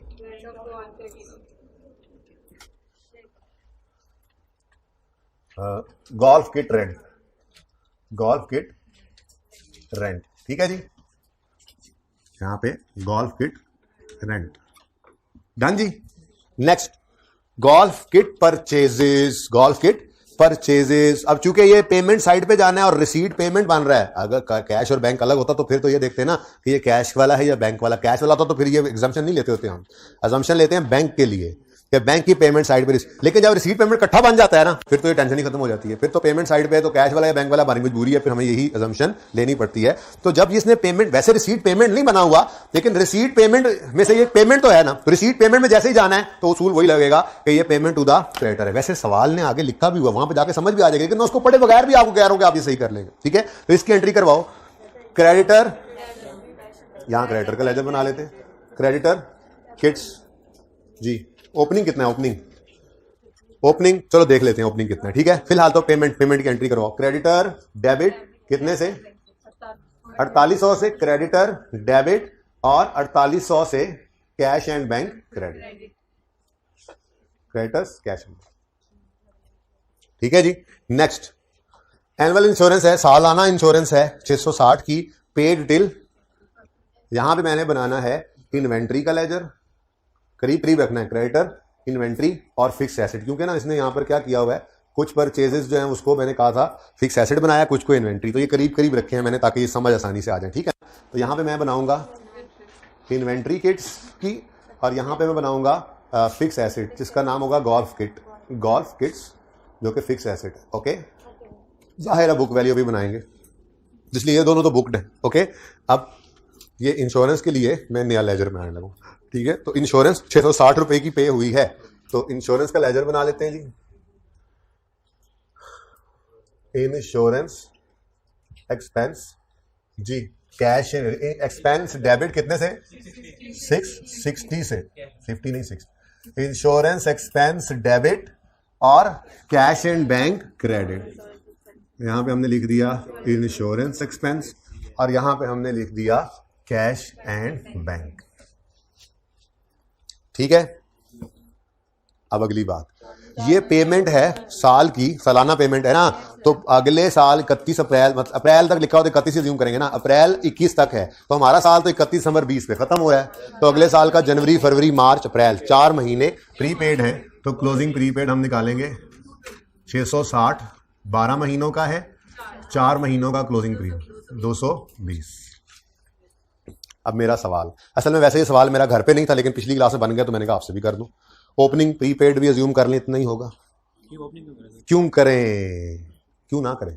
पिछले साल का कोई दिया हुआ है, नहीं देगा तो नहीं करेंगे, नहीं करेंगे। भाई ने सारे सवालों के जवाब सही दिए, ठीक है जी, भाई ने सारे सवालों के जवाब सही दिए। भाई दिखाऊं, भाई देखना कौन सा है, चलेगा काम, ठीक है। अच्छा मैं कह रहा हूं भाई ने भाई ने कहा ओपनिंग प्रीपेड क्यों लें, जब कहा नहीं, कहेगा नहीं तो नहीं लेंगे, ठीक है।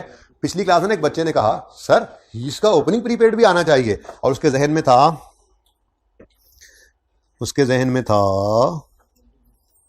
नहीं सीवीयू नहीं, ये उसके जहन में ये सवाल था, इंश्योरेंस 72 की फॉर द ईयर है, insurance premium paid during the year 72, सवाल याद आ रहा है? कवर्स द पीरियड फ्रॉम जकम अक्टूबर टू 30 सितंबर, शायद हमारा साल 31 दिसंबर था। अच्छा तो ये कोई 9 महीने प्रीपेड हमने निकाले थे। ये करने के बाद अगली लाइन येलो है अभी भी, ये ना होती तो मैंने उस वक्त भी कहा था तो ओपनिंग अज्यूम ना करते, क्योंकि हमने जितने सवाल इससे पहले किए थे कभी भी ऐसा अज्यूम नहीं किया था कि पिछले साल से भी ये काम चला आ रहा है। मैक्सिमम अगर पैसे 70 से ज्यादा आ जाते थे ना, 72 से ज्यादा, लेट से 100 रुपए पड़े हैं, तो मैक्सिमम ये अज्यूम करते थे कि जो पहले 2-3 महीने थे शायद उनके पैसे होंगे। ओपनिंग प्रीपेड नहीं कहते थे कभी भी नहीं। तो सही है। तो ये लाइन यहां पड़ी हुई थी, क्या कहता है, the premium for the previous year amounted to 48। तो जब उसने प्रीमियम पिछले साल में कहा कि 48 है, तो फिर हमने कहा इसका मतलब ये अरेंजमेंट तो चल रहा है, जो क्लोजिंग प्रीपेड है तो ओपनिंग प्रीपेड भी होगा। इस सवाल के अलावा एक सवाल ऐसा नहीं है जिसमें हमने खुद से अज्यूम किया हो ओपनिंग प्रीपेड पड़ा हुआ है। आप एक्रूवल के टॉपिक के सारे सवाल ओपन करके देख लें, उसके अंदर किसी सवाल में हमने ओपनिंग प्रीपेड अज्यूम ही नहीं किया था। जो एक्रूवल प्रीपेड में सवाल मैंने इंश्योरेंस से करवाए थे, ठीक है। मैक्सिमम ये होता था कि कहते थे यार लेट्स से 1 जुलाई से 30 जून है, हमारा साल 31 दिसंबर हो रहा था, हम कह रहे हैं क्लोजिंग डेट पे 6 महीने का प्रीपेड है, लेकिन पैसे ज्यादा होते तो हम कहते थे पहले 6 महीने के इंश्योरेंस वालों ने वैसे ले लिए होंगे कि ये 6 महीने के अलग है। ओपनिंग प्रीपेड कभी भी नहीं लेते थे। ओके, तो ओपनिंग प्रीपेड सिर्फ तब लेंगे जब ऐसी बात सवाल में लिख देगा, ठीक है। हमारे आज वाले सवाल में उसने क्या लिखा, किधर गया सवाल, और सवाल ये जी, एनुअल इंश्योरेंस है यानी सालाना इंश्योरेंस है, ठीक है, साल की है, 12 महीने की है, 660, ठीक है, 2021 के अप्रैल तक की है ये। तो क्लोजिंग प्रीपेड तो हमने निकाला, लेकिन ओपनिंग प्रीपेड के बारे में सवाल में कहीं पे कोई बात नहीं की हुई, तो खुद से यहां पर ओपनिंग प्रीपेड अज्यूम नहीं कर लेना। Okay, there is no opening prepaid. Okay, तो ये भी बैलेंस हो गया। एक्सपेंस आ जाएगा 440, ये एक्सपेंस आ गया यहां पर, इंश्योरेंस एक्सपेंस यहां पर आ गया एक्सपेंसेस में, वर्किंग नंबर 8 से 440, और क्लोजिंग में प्रीपेड है तो इंश्योरेंस प्रीपेड वर्किंग 8 में ही आपने निकाली है 220। तो बच्चों मुश्किल एडजस्टमेंट तो अभी तक मैंने की भी नहीं है, और आप खुद देख लो कितने नंबर हैं। प्लीज मैं मिन्नत तरला करके आपको सिर्फ यही एहसास दिलाना चाह रहा हूं शुरू से, सेशन के शुरू दिन से, कि भाई सवाल जितना मर्जी मुश्किल होगा उसके अंदर आपके पास होने वाले नंबर पड़े हैं। जरूरत इस चीज की है कि आप दिलेरी से उस सवाल को करते जाओ जैसे आपने सीखा होगा। अभी तक कोई मुश्किल बात एक नहीं आई, और देख लो कितनी फिगर्स पहुंच चुकी है। सही है।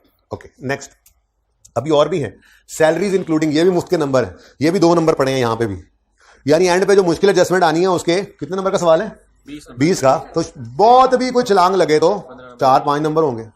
आप कहोगे जी डेफिशिएंसी के बड़े नंबर होते हैं, वही डेफिशिएंसी के अंदर ये सारी फिगर्स पढ़ के ही वो आंसर निकलता है। तो एक अगर फिगर गलत पड़ी है तो बाकी सही भी तो पड़ी होती है। तो 3 से 4 नंबर मैक्सिमम नहीं होंगे, वैसे वो भी हो जाएंगे इंशाल्लाह, ठीक है। मैक्सिमम को 1-2 नंबर, इतने क्या करने हैं यार, 20 में से 12 नंबर पड़े, क्या कर रहे हैं इतने नंबर, ठीक है।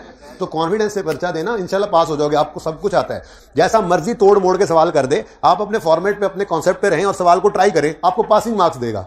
सिर्फ आपको पैरट्स को नहीं उड़ने देना, तोतों को नहीं उड़ने देना पर्चे में, कुछ नहीं होता। जैसा मेरे सवाल है मैं करूंगा, इंशाल्लाह मेरे नंबर मिलेंगे मुझे, ठीक है। और सारे सवाल मुश्किल भी नहीं होते, को आसान भी होते हैं, को मुश्किल भी, को बहुत मुश्किल भी, ठीक है। तो आपने आसान आइडेंटिफाई करके पहले करना है, फिर उसके बाद मुश्किल और फिर बहुत मुश्किल पे तब आजमाई करनी है। छोड़ना उसको भी नहीं है, उसमें से भी चपीटने हैं कुछ मार्क्स उसमें, पासिंग मार्क्स उसमें से भी चपीटने हैं, ठीक है ना। ओके, इंशाल्लाह। अच्छा जी, सैलरीज 2800 की पे की हैं, लेकिन इस पेमेंट में शामिल है 350 पिछले साल का, तो सैलरीज का भी लेजर बना लेते हैं। और पिछले साल का पे हुआ है तो ओपनिंग में वो क्या था, पेएबल 350, ये तो आ गया ओपनिंग। अब पे कितना हुआ है 2800, इसकी एंट्री बनी 2800 से सैलरी एक्सपेंस डेबिट और कैश क्रेडिट, लो मुफ्त के नंबर मिले जा रहे हैं, ठीक है जी। ये कैश एंड बैंक और एक्सपेंस की फिगर आ गई, कैरी डाउन कोई नहीं है, सवाल को बताया खुद से क्यों करें, ओपनिंग है, इतना पे किया है तो फिर बाकी इस साल का एक्सपेंस है 2450। अब देखो ये भी नंबर पड़े, यहां पे सैलरी एक्सपेंस इनकम एक्सपेंडिचर में जो फिगर आ रही है वो आपके नंबर है 2450, और क्लोजिंग में कोई पेएबल नहीं है। ओपनिंग पेएबल निकल आया है, जब ओपनिंग फंड निकालने लगोगे ना तो ये उसमें यूज करेंगे इंशाल्लाह। स्टेप वाइज चलते जाओ, कोई मसला नहीं। और देखो इधर आ गया मैं, मुफ्त के नंबर कौन लेगा, other expense double entry direct, other expense कोई लेजर शेजर कोई नहीं है। अदर एक्सपेंस कितना 2320 से अदर एक्सपेंसेस हुए debit, cash and bank credit, other expense कितने नंबर मिल चुके हैं आपको, ठीक है। ओके, अच्छा ओपनिंग जनरल फंड निकालने लगोगे, 1-2 फिगर्स नहीं पता लगी तो बाकी फिगर होंगी ना। अगर 2 नंबर उसके रखे होंगे, 2 नंबर में मिसाल के तौर पे 8 आइटम्स हैं, हर आइटम को उसने 0.5 रखा हुआ है, लेट से आपने 8 में से 4 सही कर दिए तो 2 में से 1 नंबर मिलेगा आपको। आंसर के नंबर नहीं होते, बस ब्रैकेट में शो करना जरूरी है। तो ये कॉन्फिडेंस लेने का वक्त है अब बस, तैयारी आपकी सारी है परीक्षा के अंदर जाते हुए। रिवीजन अच्छे से करना, आखिरी महीने में बड़े बड़े थीटे बीटे न्यूटन फेल होते हैं मेहनत ना करके, और बड़े बड़े मेरे जैसे एवरेज स्टूडेंट आखिरी महीना टिका के मेहनत करते हैं और पास होते हैं। मेरा ये तजर्बा है, अपनी स्टूडेंट लाइफ में भी देखा और पिछले 6 साल से टीचिंग लाइफ में भी देख रहा हूँ। तो आखिरी 1-1.5 महीना जब से रो रहा था मैं टर्म टेस्ट के बाद से, ठीक है, तो वो सारा ही इंपॉर्टेंट था, और अभी भी ये वक्त वही है। इसमें आप मेहनत कर लो, टिका के जो कमी बेसी थी सेशन की वो निकल जाती है। बस सारी क्लासेस पड़ी हुई हैं, होमवर्क करते रहे, एफर्ट करते रहे, थोड़ा बहुत टेस्ट भी बस दे लेते थे, कुछ सीरियस कभी नॉन सीरियस, लेकिन सेशन सारा मेहनत की किसी न किसी दर्जे में। अब आखिरी महीने के अंदर टिका के मेहनत कर लो, वो पास हो जाओगे। और सारा सेशन टिका के पढ़ा, आखिरी महीने मेहनत ना करो, फेल होकर दिखाओ सबको, ठीक है। और फिर बाद में कहना पढ़ के फेल हो जाते हैं हम तो, ठीक है। पढ़ के पास ही होता है बंदा, आखिरी महीने में पढ़ना है टिका के, ठीक है। जो कमी बेशी हुई कोई बात नहीं, उसकी कमी बेशी पूरी हो जाएगी अब यहाँ पे आके अगर टिका। 12 से 13 घंटे इफेक्टिव रोजाना, ठीक है। अभी टाइम कम है जी, शेयर बाद में आखिरी दिन जी। ये हो गया भाई, पॉइंट नंबर 6 हो गया। सुभान अल्लाह जी बच्चों। उसके बाद पॉइंट नंबर 7 में कुछ नहीं है भाई। पॉइंट 7 को कह रहा है कि जब लॉस आएगा तो 2000 हम भर देंगे, इंश्योरेंस वाला ने कहा, ठीक है। तो लॉस आएगा तो फिर भरवाएंगे ना, फिलहाल इसको रोक लो, ओके। जब लॉस आएगा, 6000 का लॉस आ गया, 2000 इंश्योरेंस वाले से आएगा, 4 हमारा लॉस कैश क्रेडिट, तो ये जब आएगा तब देखेंगे, ठीक है। Last is fixed assets at 1 January 20 had a book value of, यार ये कहां से आ गए, ये अलग है जी, ये पुराने वाले हैं, ये गोल्फ किट्स के अलावा है। फिक्स्ड एसेट्स बुक वैल्यू 1 जनवरी पर ओपनिंग 1000 है मेरे ख्याल से, तो 25,000। लो भाई, इसमें कोई एडिशन कोई डिस्पोजल नहीं है, मैंने इनको अलग रख दिया है और गोल्फ किट्स को अलग रख दिया है, ठीक है ना। अच्छा, अब इनको डेप्रिशिएट कर लें तो ये भी पूरा हो जाएगा, ये नंबर भी मुफ्त के मिल जाने हैं, ठीक है। अब मैं यहां पर आया और डेप्रिसिएशन एक्सपेंस किसका जी, अदर फिक्स्ड एसेट्स का ये निकालना चाहा, तो एक मसला सामने आया। वो मसला ये है कि फिक्स एसेट 1 जनवरी 20 पर 25,000 बुक वैल्यू गिवन है और रेट गिवन है 15% और खामोश है। अब खामोशी के केस में हम अज्यूम करते थे कि स्ट्रेट लाइन है। अब स्ट्रेट लाइन लगाने के लिए चाहिए कॉस्ट। सारा सवाल पड़ा आए, कोई ऐसी चीज नजर नहीं आई जिससे कॉस्ट निकल सके, तो फिर बफलो हो गई ब्राउन, मज हो गई पूरी, और यही रेट उठाकर 25,000 पे लगा देंगे। छोड़ के नहीं आना, ठीक है। और भाई सही है, या तो डेट ऑफ परचेज दे देता, हम 100 अज्यूम करते, हम यहां तक लाते, हम कॉस्ट निकालते, कॉस्ट पे रेट लगाते, हमारा असूल पुराना चलता रहता। उसूल आज भी वही है, खामोशी केस में स्ट्रेट लाइन मेथड यूज करते हैं। लेकिन अब मसला ये है कि इसकी बुक वैल्यू गिवन है, कॉस्ट किसी तरह से, सारा सवाल ये आखिरी एडजस्टमेंट है, कहीं पे कॉस्ट कोई डेट ऑफ परचेज इनकी गिवन नहीं है, कोई ऐसा इंडिकेशन नहीं, कोई अकोमोडेशन गिवन नहीं है, कुछ भी गिवन नहीं है, कैसे कॉस्ट निकालें। तो इसी के ऊपर रेट लगा दें, छोड़ के नहीं आना। रेट दिया है तो डेप्रिशिएट कर दो, ठीक है। और मैक्सिमम क्या होगा, गलत हो जाएगा ना लिखने से। और अगर लिख देते, बच्चे में आया, आपने कहा नहीं समझ आ रही, चलो इसी पे रेट लगा दो, इसी पे रेट लगा दिया, ये सही हो गया, नंबर मिल गया। और अगर गलत होगा तो ये एक नंबर नहीं मिलेगा। लेकिन कोई नेगेटिव मार्किंग तो नहीं है ना, बात समझ रहे हो, ठीक है। तो ना करो, इससे बेहतर है कुछ कर दो जो समझ आए, ओके। तो यहां पर आए और आपने लिखा 25,000। अब मजबूरी है, बफलो इज ब्राउन, यहां पे लिखोगे मजबूरी इनटू, बोलो 3750 डेप्रीसिएशन एक्सपेंस डेबिट और एसेट क्रेडिट, ठीक हो गया जी। और देखो ये नंबर भी आ गया, एसेट वाला नंबर भी ले लो 2125। और अगर इससे कंफर्टेबल नहीं ना होते, आपको लगता है कि भाई आवाज मिस हो रही है, आपको लगता है कि शायद कहीं को और चीज ना आ जाए, तो बैलेंसिंग एंड पे कर लिया करो। अगर कंफर्टेबल उससे तो ऐसे भी चलेगा, फिर ध्यान से हर लेजर को कर लिया करो बैलेंस एंड पे जाके, ठीक है जी। नॉन करंट एसेट्स में आपने अदर फिक्स्ड एसेट्स लिखे, वर्किंग नंबर 10 लिखी और 21250 लिख दिया। लो भाई, नंबर ही नंबर पहले में, ठीक है। अब आधा घंटा हमने सिर्फ 2 एडजस्टमेंट्स करनी है। मैं 7 को एडजस्टमेंट इसलिए नहीं कह रहा कि 7 तो रिजल्ट निकलने पर जस्ट यूज होना है, और वो हमें करना आता है, एंट्री करनी आती है ना इंश्योरेंस की, ठीक है। इंश्योरेंस क्लेम रिसीवेबल या कैश डेबिट और प्रॉफिट एंड लॉस डेबिट और कैश वगैरह जो निकला है कैश या बैंक से क्रेडिट, ठीक है। तो रह गए सिर्फ 2 पॉइंट्स। पॉइंट नंबर 6 शुरू करते हैं जी। पढ़े जी, पहले आप लोग पढ़े फिर मैं पढ़ाता हूं।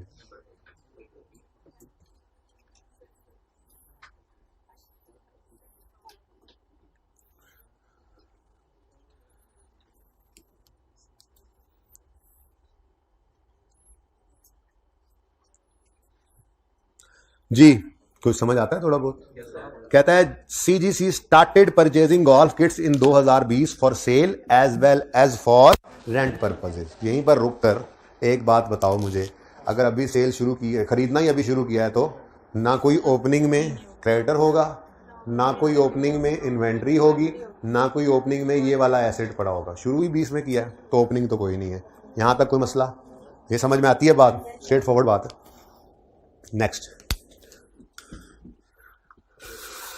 20% of the purchases were unpaid at year end. यानी क्रेडिटर के अकाउंट में जो परचेजेस की फिगर आती है वो 4800 नहीं है, 20%। बेटा पेमेंट अगर कर रहे हैं तो अनपेड ईयर एंड पे तो वही होगा ना जो नहीं पे हुआ। सारा एंट्री तो सारे की क्रेडिटर में क्रेडिट करोगे, लेकिन कुछ कैश भी तो डेबिट हुआ पड़ा है, तो अनपेड तो उसी को होगे जो भी पे नहीं हुआ। मैं जा रहा हूं वैसे उस तरफ। इधर देखो वो क्या कह रहा है इस पॉइंट में, वो कुछ यूं कहने की कोशिश कर रहा है कि हमने जो परचेजेस की थी, ठीक है, उधार पर, भाई कह रहे हैं उधार पर, ठीक है ना, उधार पे जो परचेजेस की थी उसमें से पेड अमाउंट है 40%, सॉरी 80%। पेड अमाउंट कितनी है जी? 80%। और अनपेड अमाउंट है, यही कह रहा है ना वो, अनपेड है 20%। तो परचेजेस कितनी होती फिर? 100 पे। अब हमें जो चीज सवाल में गिवन है, अल्लाह आपका भला करे, वो है पेड की अमाउंट रिसीट पेमेंट से। तो हमारा अजीज अज जान फॉर्मूला, गिवन अमाउंट लिखवाया भी हुआ है, हालांकि मार्कअप मार्जिन में फिर लिखवाना भी है, given amount over given amount percentage into required amount percentage. यहां पे वो भी हेल्प करने आ गया, ठीक है।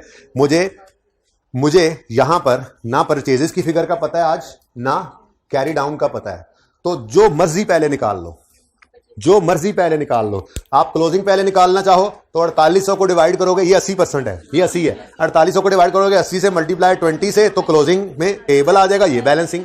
और अगर आप 4800 को डिवाइड करो 80 से, मल्टीप्लाई करो 100 है, तो परचेजेज आ जाएंगी, क्लोजिंग बैलेंसिंग आ जाएगा। आपकी अपनी मर्जी है, ठीक है। तो परचेजेज निकाल लेते हैं, ठीक है। चलो परचेजेज 4800 गिवन अमाउंट है और ये 80% है, क्योंकि वो कह रहा है कि जो परचेजेज हमने की थी वो 20% अनपेड हैं।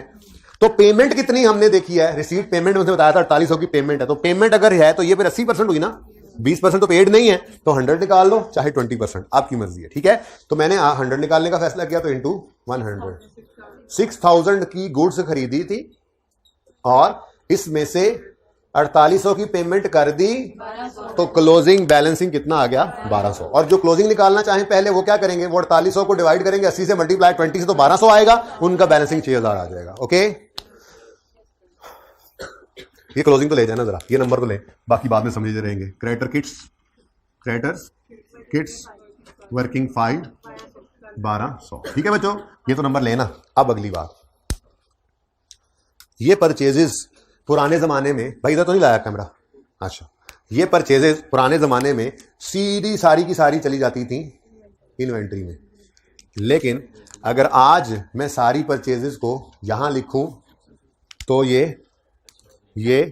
गलत है, ठीक है। और अगर मैं सारी परचेज को इधर लिखूं तो भी गलत है।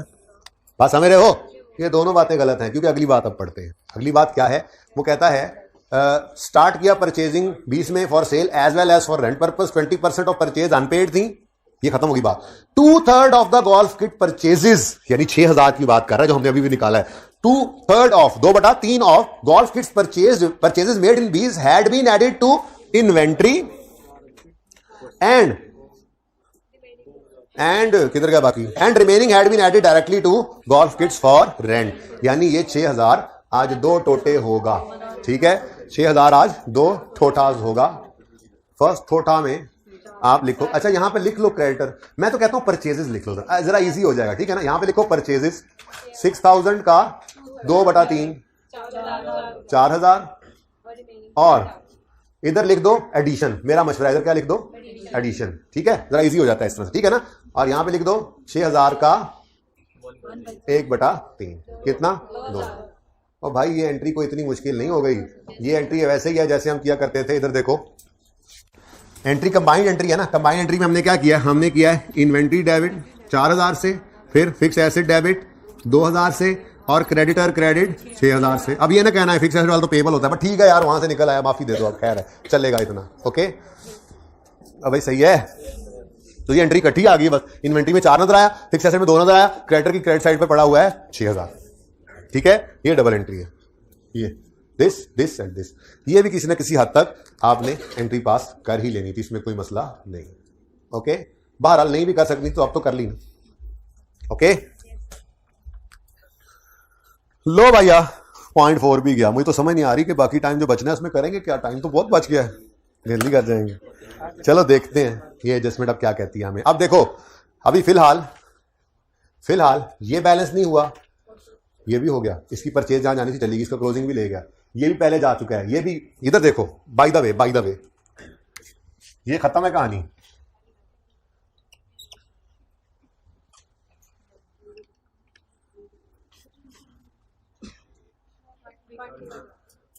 इसका मतलब 1 2 3 लेजर बस ये फाइनल नहीं हुए, लेकिन इनमें भी बहुत सारी चीजें आ चुकी हैं। आपने यहां मिस अप्रोप्रिएशन निकालना है, क्या उसके ऊपर उसने 18 नंबर रखे और बाकी सारे सवाल के 2 नंबर है? अच्छा, उसके मिसाल के तौर पे इसने 5 नंबर दिए मिस अप्रोप्रिएशन के, तो उस 5 के अंदर इसका भी नंबर होगा, इसका भी होगा, इसका भी होगा, इसका भी होगा, इसका भी होगा, इसका भी होगा, इसका भी होगा, इसका भी होगा, इसका भी होगा, और फिर बैलेंसिंग आएगा। बात समझो, फास्ट फॉरवर्ड वालों को तो समझ नहीं लगी होगी क्या होगा जी। तो इसलिए अगर 4 नंबर इस एडजस्टमेंट के थे तो 3 नंबर आप ले चुके हुए हैं, कोई एक आधी फिगर ही रहती है, तो बी कॉन्फिडेंट। ठीक है, बहरहाल ये चीजें बस रह गई हैं। ठीक है, इसमें बस थोड़ा सा अगर मैं यहां तक ले आऊं भाई, कोई चीज अगर यहां तक आ जाए तो मसला तो नहीं होगा, यहां तक लेजर बन जाए एंड वालों, काम चलेगा ना। आप कुछ हो नहीं सकता क्योंकि ये करीब रखने की जरूरत है ऐसे समझाने के लिए। ओके अच्छा, अब एक छोटी सी एडजस्टमेंट रहती है जिसके बाद यहां पर सिर्फ मैंने इसका क्या करना है डेप्रीशिएट, और यहां पे ये मुझे देगा फिर भाग के क्लोजिंग। अब मिसाल के तौर पे जो छोटी सी चीज यहां पे आनी है वो आपको नहीं समझ आई तो डेप्रीशिएट तो करोगे ही ना, डेप्रीसिएशन के अपने मार्क्स होंगे, इंटू 15% लगाना, क्योंकि सवाल में डेट गिवन नहीं है तो साल का पहला दिन अज्यूम करना, ये सारे काम करोगे तो इसके नंबर होंगे। तो नंबर गलती में से भी नंबर निकल रहे होते हैं आपके, सही तो सही होता है। ठीक है, चले अब बस एक एडजस्टमेंट रह गई और पता लगा सिर्फ 3 लेजर्स हैं। अच्छा, ओपनिंग जनरल फंड निकलना है, उसमें भी ओपनिंग जनरल फंड तो बिल्कुल सही निकल आना है, क्लोजिंग के ही मसले रह गए हैं, तो वो नंबर भी पड़े हुए हैं आपके पास, तो जो समझ आए करते जाना है। ओके, जब टाइम पूरा हो जाए तो ऐसे किसी एक एडजस्टमेंट के पीछे बैठे नहीं रहना, मुंह उठा के सारा सवाल गड़बड़ कर दोगे आगे। ठीक है, अच्छा चलो जी, point number 4 is over, last point है हमारा आज का। Golf kits are sold for cash at cost plus, तो कॉस्ट क्या लेंगे 100। पिछले 2 दिन से सवाल जो कर रहे हैं उनमें सेल 100 आ रही थी, आज कॉस्ट आ गई। ठीक है, मार्कअप मार्जिन, ठीक है, कॉस्ट प्लस प्रॉफिट, रोजाना मार्कअप मार्जिन करते हैं हम, लेकिन फिर भी अलग से 10 मिनट लगाएंगे, क्यों पता नहीं, वो वैसे ही बस एक डॉक्यूमेंट बना लेंगे ना कि मार्कअप मार्जिन से ये करना है, जब भी रिवीजन करोगे वो सामने आ जाएगा। बहरहाल आ गया अब हमें करना, तो कॉस्ट के साथ परसेंटेज ऑफ प्रॉफिट लिंक्ड है, तो 100 अज्यूम करोगे कॉस्ट को, प्रॉफिट 40, तो बैलेंसिंग आज सेल 140। ठीक है, जहां यूज करना पड़ा इसे कर लेंगे। नेक्स्ट कहता है cost of closing inventory of golf kits for sale amounted to 1 million. ये लिखना नहीं है अभी, ये बेसिकली कह रहा है कि जो क्लोजिंग है ना, क्लोजिंग यहां पर वो एक, अभी लिखना नहीं है क्योंकि आगे कुछ उसने बोला हुआ है, ये 1000 है, यही बोल रहा है ना, और ये क्या है इसकी कॉस्ट। भाई इन्वेंट्री हमेशा कॉस्ट की होती है, जितने की हमने खरीदी थी ये वो अमाउंट है, यानी जो अभी तक बिकने से रह गई हुई हैं वो कितनी रुपए की पड़ी हैं, 1000 रुपए की। 10 लाख है, वैसे मिलियन में चल रहा है ना, तो मैं 1000 में कर रहा हूं। 1000 रुपए की किट्स अभी भी हमारे पास क्लोजिंग इन्वेंट्री में पड़ी हैं। ओके, इट वॉज डिसाइडेड, इसने पैरेट्स उड़ाने थे असल में। It was decided to transfer, एक मिनट सारा ना देख लेना, किधर गया। ठीक है जी, it was decided to transfer half of this kits into golf kits for rent. अभी नोट ना कीजिएगा, मैं जरा थोड़ा सा गलत, इधर देखो, मतलब इसका इधर 1000 नहीं, इधर हमने कितनी छोड़ी 500, इधर कितनी छोड़ी जी 500, और बाकी 500 को हमने ट्रांसफर कर दिया, यहां से निकाला और यहां पे फेंक दिया। अभी नहीं लिखना प्लीज, अभी नहीं लिखना, थोड़ा सा मसला है अभी एक मिनट। ठीक है, ओके, यहां पे क्या लिखोगे, यहां पे लिखोगे इन्वेंट्री किट्स, ओके, और यहां पे क्या लिखोगे गोल्फ किट्स, जो के फिक्स एसेट है। ये तो पहले भी हम करते होते थे, कोई इन्वेंट्री का आइटम अपने यूज में ले आए तो एंट्री करते थे fix asset debit inventory credit, ये वही एंट्री है, यहां तक कोई मसला नहीं। और मैंने कहा था ये हमेशा किससे करते हैं, कॉस्ट से, हमेशा किससे करते हैं, कॉस्ट से, यहां तक कोई मसला, यहां तक तो आगे नहीं पढ़ा हमने। ठीक है, यहां तक कोई मसला, जिन्हें अगर अगली लाइन ना होती तो बस यही था। और बैलेंसिंग क्या निकला था, कॉस्ट ऑफ सेल, और यहां पे डेप्रिसिएशन डालते जिसके अंदर इसकी डेप्रिसिएशन नहीं करनी, उसकी क्या वजह वैसे क्लोजिंग डेट पर इतनी इन्वेंट्री पड़ी थी जिसको साल के आखिरी दिन ट्रांसफर कर रहे हैं ना, तो इसको तो नहीं करना था, ठीक है ना। खैर, तो यहां पे डेप्शन निकालनी थी, सवाल खत्म हो जाता। लेकिन आईक्यू को मजा कहां आता है, ऐसे आसानी से बच्चा सवाल खत्म कर ले, ठीक है। तो उन्होंने क्या कहा, it was decided to transfer half of these golf kits to golf kits for rent at 30% of their, मतलब जितने की पड़ी थी 500 के भी 30% पे ये ट्रांसफर किया है, यानी 70% तो हमने लॉस कर लिया अपना खुद। इसका मतलब क्या है, इट मीन्स एट, लिखो, मेरा तो आगे नहीं जा रहा, लिखो, इट मीन्स एट 70% लॉस। और ये मतलब बनता है, आगे मैं भी लिख लूंगा,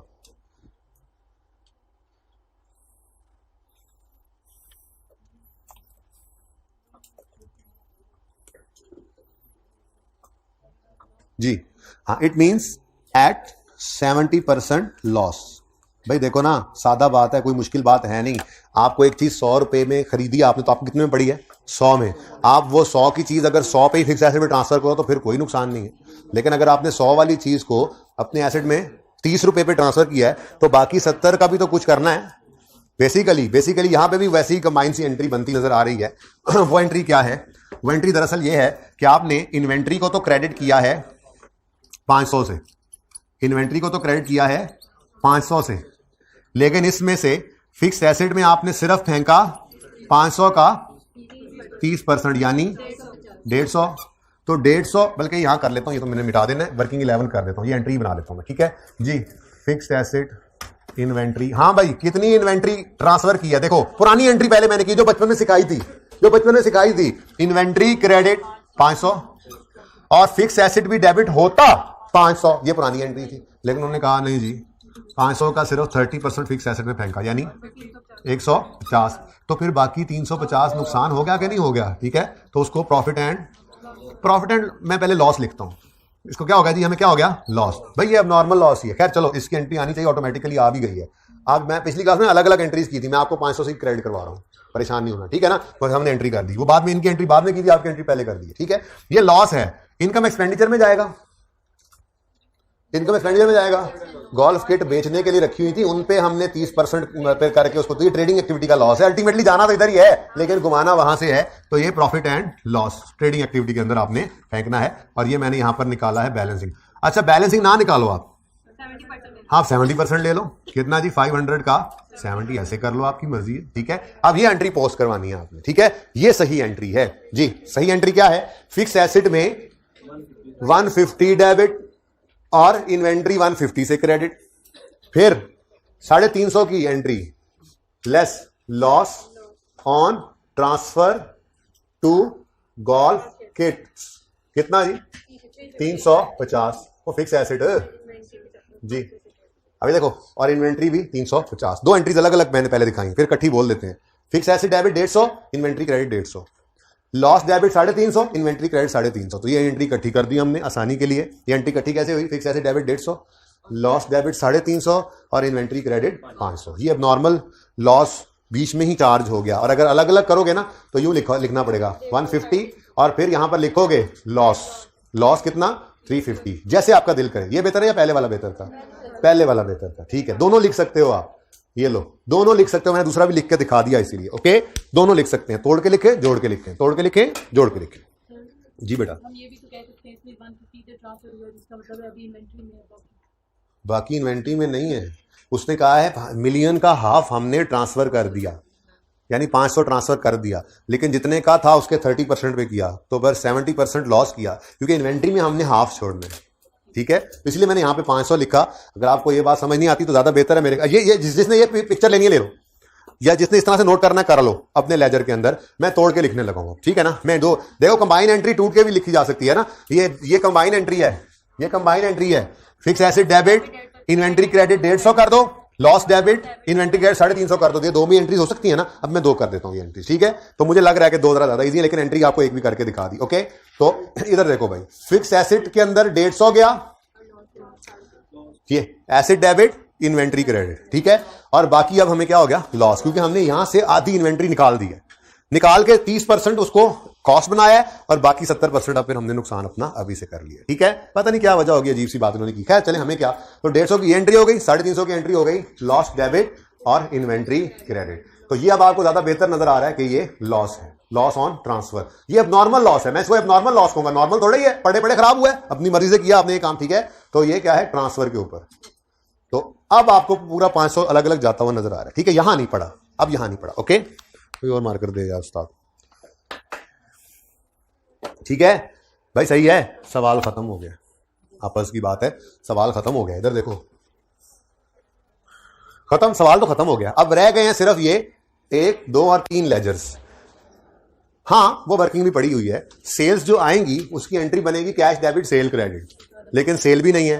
हाँ, अब निकलेगी हमारी कॉस्ट ऑफ सेल। तो एक ये फिगर है जो आपको नहीं मिलनी थी, अगर आपको ये समझ ना आती तो, जिसने यहां जाना है, फिर उससे सेल निकल थी तो सारे नंबर नहीं काट जाते, उसमें 2 या 3 नंबर कट जाते 20 में से, बाकी 16-17 आपके थे। सारा सवाल आपने किया है जी, बोलो 3000। ये 3000 कॉस्ट ऑफ सेल है, वर्किंग नंबर 6 से आई 3000।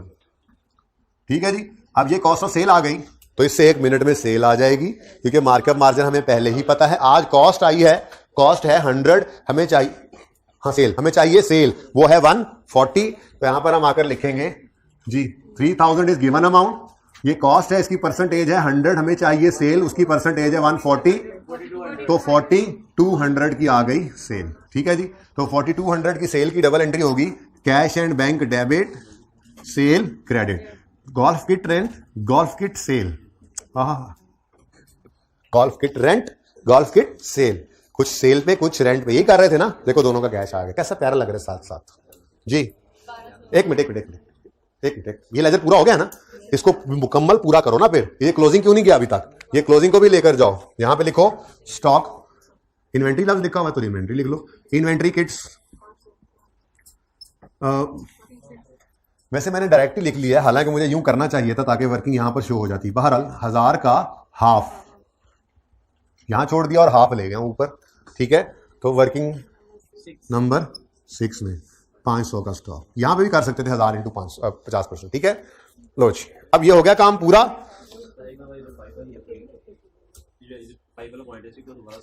दोबारा एंड पे करेंगे ना बेटा, फिलहाल पूरा कर लें सवाल को, है वरना ये रहना ना जाए। हाँ जी, चीजों को पूछेंगे बता दूंगा। ठीक है, अच्छा जी, अब ये कब कंप्लीट हो गया जी, इसका कॉस्ट ऑफ सेल चला गया, इसका क्लोजिंग बैलेंस शीट में चला गया। ओके, अब यहां से ये डेप्रीसिएशन ही निकलनी है बस। ठीक है, तो ये क्लोजिंग भी चला जाएगा। जीपी शीपी आप निकालते रहना, मुझे एंड वाली फिगर बता दो 850।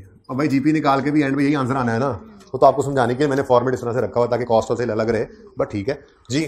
तो ये क्या आ गया जी, net profit from trading, working number 1 850। ठीक है चंदा,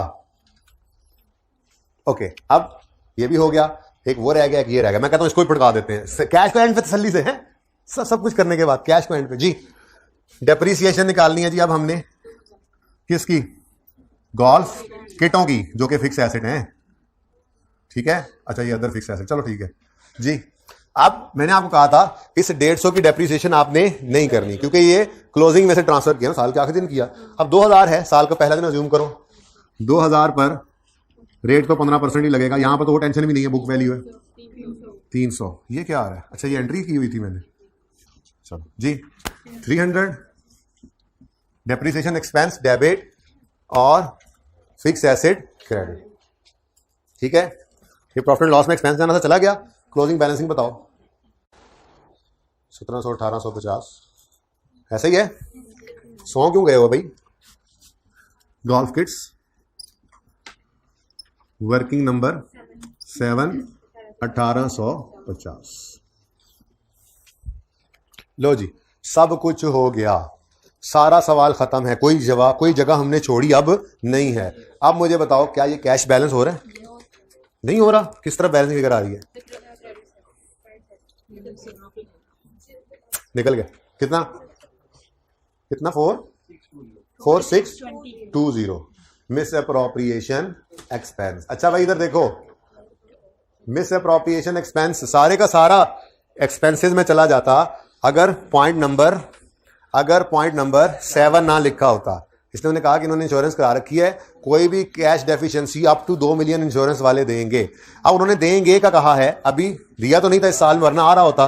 तो रिसीवेबल तो पॉलिसी में लिखा हुआ है, कैश डेफिशिएंसी हो गई, कोई फ्रॉड लग गया, आपको फिडेलिटी की इंश्योरेंस कराई हुई है ना, तो 2 मिलियन तक हम भरेंगे, तो बस फिर भरेंगे, लिखा हुआ पॉलिसी में, रिसीवेबल रिकॉर्ड करेंगे। अब हमारे हाथ से कैश तो कितना गया है 4620, इसमें से कितना इंश्योरेंस वाले दे देंगे? इंश्योरेंस क्लेम रिसीवेबल, ये करंट एसेट में नजर आएगा 2000 पूरा, और बाकी का लॉस है जिसको आप इनकम एंड एक्सपेंडिचर में ले जाओगे, बैलेंसिंग ही निकाल लो कितना 2620। ठीक है, ये दो एंट्रीज अलग अलग हमने कर ली। जरा जरूरत तो नहीं होती, डायरेक्ट भी कर सकते हैं आप, लेकिन आपको समझाने के लिए मैं कर दिया करता हूं। अब एंट्री पड़ी, इधर देखो, एंट्री पड़ी insurance claim receivable debit, insurance claim, अब वर्किंग लिख दिया तो 12 का रेफरेंस दे दो, 2000 रुपए से ये डेबिट। फिर प्रॉफिट एंड लॉस अकाउंट 2620 से डेबिट, ये क्या आ गया जी? मिस अप्रोप्रिएशन एक्सपेंस, ये भी वर्किंग 12 में लिख दो, एंट्री कर दो, कर जो दी है। और कैश क्रेडिट ये लिखा हुआ है। ठीक है, ये क्लोजिंग 4200 भी यहां पे ले आओ, ये लेजर भी खत्म हो गया, कैश एंड बैंक। ओके जी, डन, क्वेश्चन कंप्लीट हुआ। यहां पे कितना आ रहा है जी 370, ये 370 जाकर लिख दें इधर। ठीक है, वो भी निकाल लेते हैं। बाकी कुछ यहां पे रह तो नहीं गया, सारे लेजर साथ साथ आज बैलेंस करते चले आए। अब ओपनिंग फंड की बारी है, और वो भी बड़ा आसान है। शुरू करें काम, कैलकुलेटर पकड़ो। सबसे पहले आज हमारा रिसीट पेमेंट उधर नहीं बना हुआ सफे पे कि हम वहां पे पहले से ही लिखते ओपनिंग, वरना वो भी लिखा होता था, आज यहीं पे ही है। ठीक है, तो लिखो 2500, एसेट है ना, एसेट 2500। आगे देखो कुछ नहीं, माइनस 9000, 9000 माइनस करो, कुछ नहीं है, माइनस 5800, आगे कुछ नहीं है, कुछ नहीं है, माइनस 350, इधर तो कुछ नहीं था opening, minus 350 plus 25000, answer is 12350, closing 12720। इन सबका टोटल करें 30320, इन सबका टोटल करें, करके देखना है, खुद से नहीं कह देना, 30320। ठीक है जी, जी फरमाएं, पॉइंट मसला। अच्छा, गोल्फ किट्स बेचते हैं हम कॉस्ट प्लस 40% पे। क्लोजिंग इन्वेंट्री में 1 मिलियन की गोल्फ किट्स पड़ी थी, जो हमने ट्रांसफर कर दी हैं रेंट वाले फिक्स एसेट वाली, यानी फिक्स एसेट में ट्रांसफर कर दी हैं eight there 30% of original cost. ये गोल्फ किट्स पड़ी थी 1000 की, इसमें से 50% निकाली हैं, निकाल के इनको ट्रांसफर किया है फिक्स एसेट में, लेकिन ये 500 की 500 पे ट्रांसफर नहीं किया, फिक्स एसेट में सिर्फ 150 पे भेजा। ठीक है, और बाकी हमने लॉस कमाया। मैंने यहां इकट्ठी एंट्री भी कर दी थी, 500 इधर से क्रेडिट, डेबिट एसेट और डेबिट लॉस, तो 350 नजर आ रहा है। ठीक है, अब जब ये काम कर लिया, क्लोजिंग भी कम कर लिया, परचेजेस पहले पड़ी थी, तो कॉस्ट ऑफ सेल्स आ गई इन्वेंट्री की, किट्स की इन्वेंट्री से कॉस्ट ऑफ सेल आ गई। ये हमने जो बेची है उनकी कॉस्ट है, जो किट्स हमने बेची है इस साल में। ये यहां ले गए, यहां से सेल निकाली, सेल को यहां लिख दिया, यहां से नेट प्रॉफिट आया और इनकम से चला गया, और फिर इसको बैलेंस करके अगली कहानी तो आपके सामने है। ठीक है भाई, ये पिक्चर जरा बच्चों से बनवा लें, हाइब्रिड वालों से अच्छे तरीके से।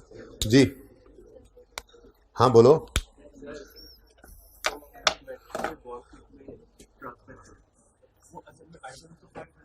हाँ, ये अब उनसे पूछने वाली बात है ना, अगर 500 पे करते तो हम यहाँ 500 डेबिट और यहाँ 500 क्रेडिट कर देते। हमने यहाँ से तो 500 क्रेडिट किया ही किया, उन्होंने कहा हमने एसेट जो है इसको 150 का बनाना है। मे भी उनकी हालत ही ऐसी हो, एसेट से आने वाला फायदा ही इतना नजर आ रहा हो, खराब हो गई हो, कुछ भी हो, अब वो उनका मसला है ना भाई। तो सादा सी बात है, हमें तो 500 की चीज पड़ी थी ना, अगर 0 पे भी यहाँ ट्रांसफर होती तो हमने तो 500 यहाँ से क्रेडिट करना था, तो ये हमारा लॉस ही था, नुकसान हमारा हो गया। 500 की किटें खरीदी थी, एसेट में 150 की फेंकी हैं, तो बाकी 350 फिर कहां करें, एक्सपेंस में फेंके। ये भी चला जाएगा एक्सपेंस में भाई, ये भी चला जाएगा डेप्रिसिएशन के थ्रू, आहिस्ता आहिस्ता 350 इकट्ठे ही फेंक दी। तस्वीर खींचने दे, यहां पे तो कुछ भी नहीं है। अब ये नहीं करना, अब ये नहीं करना। अच्छा, और किताब वाला जो है ना, किताब वाला सोल्यूशन वो सही नहीं है, इसलिए आप अपने सोल्यूशन को रिप्लेस कर दीजिएगा, उसके ऊपर लिख के ना चिस्मा कर दीजिएगा।